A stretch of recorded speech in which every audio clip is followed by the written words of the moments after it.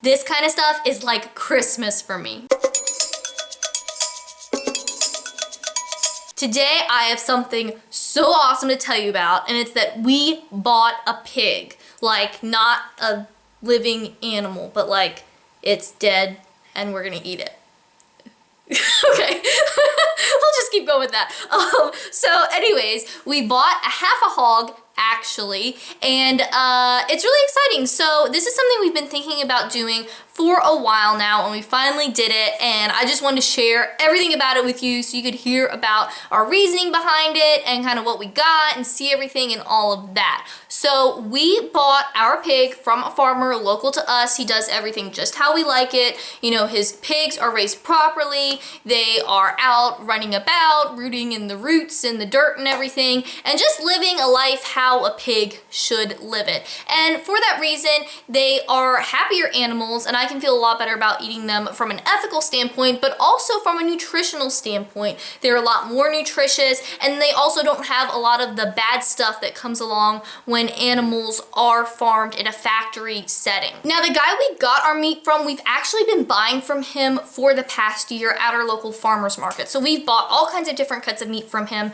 and we've been very happy with everything, and we just knew that he was a great guy to work with, very nice, very helpful. He really, I think, provides great customer service. So we knew not only was he awesome to work with, but also his product was really good. So we felt very comfortable making this big bulk purchase from him, because it is kind of a big deal to plop down a chunk of change to get all of your pork for the whole year at once. But we felt very confident in our decision to work with him from our past experience, and we just knew that we were going to have a great experience working with him. So as far as why we decided to buy half a hog, there are a few reasons. First off, it can save you some money for real. So we all know that buying meat when it's raised properly and the animals are healthy and all of that, it is more expensive than the stuff you get in the grocery store because it's not artificially cheap. The stuff in the store is artificially cheap because of all the wacky stuff they do to produce it. So it is a little bit more expensive to buy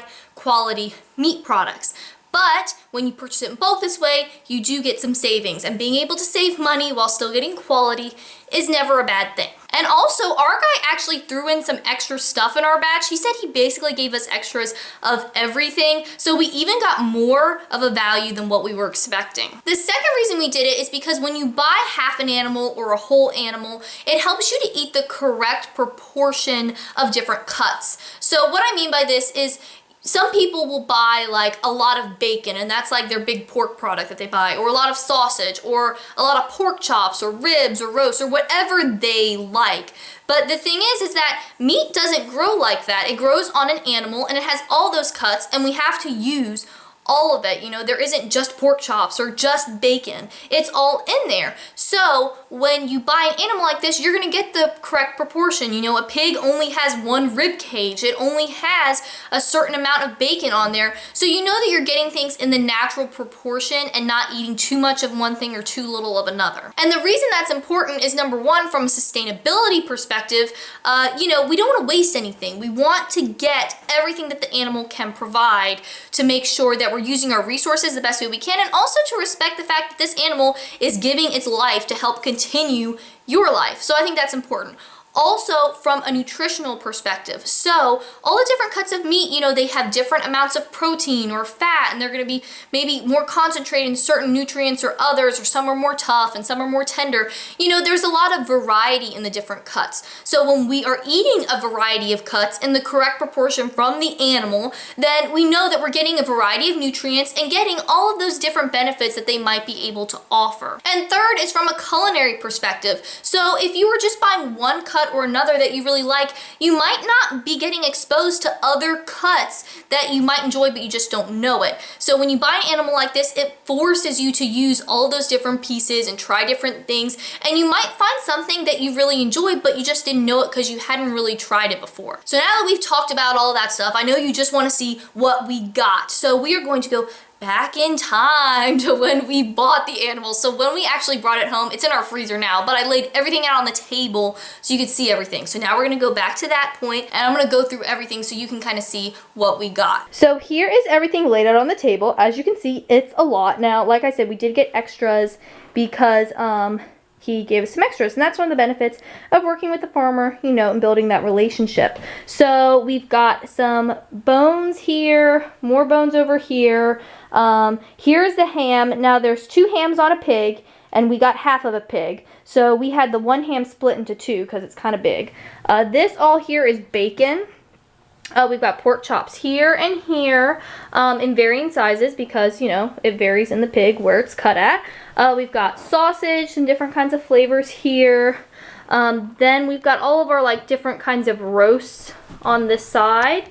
And then on the back there is all of the lard, and then there is the ribs. So that's everything that we got. Like I said, we did get extras of everything, so it's a little more than you might get. Plus, depending on what breed of pig that your farmer works with, because, you know, they're all gonna be a little different as well. The only thing that's missing here is the ham hocks. They weren't ready yet, so we still have to pick those up, so those will be included as well. And overall, I'm just really excited to cook with this stuff, and I love having like all of our meat for the year in the freezer. I don't know, there's something really satisfying about that, to kind of feel prepared and know that you have everything there.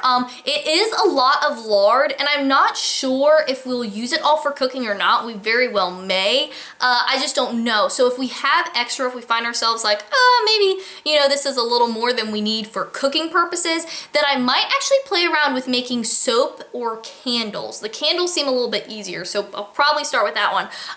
But yeah, I mean, that's something that you can do with it, and it sounds like a fun little project to do. So I might use it that way. It just really depends on once I render it all down and see how much it actually is in like usable cooking fat, if I think we need that much for cooking, or if we can kind of play with some other ways to use it. So that's our half a hog. I'm really excited about it, and I hope you liked the video. Let me know in the comments, have you ever thought about doing this, or have you done it before? What's your experience been like? Or if you have any other questions, definitely leave those in the comments below as well. And if you are new to my channel and you want more real food tips and tricks, then make sure that you subscribe. It's totally free, and that way you won't miss any of my videos. Eating a real foods diet is so important for your health, and also for just having like an awesome quality of life. But it's not always easy, especially if you're just starting out. But I know that if you have all of the information and the resources and everything else that you need, that you can totally make it happen. And that's why I make these videos, because I want to make living a real foods lifestyle as easy for you as possible. Thank you for allowing me to be a part of your real foods journey. I hope you're having a great day, and I'll talk to you next time.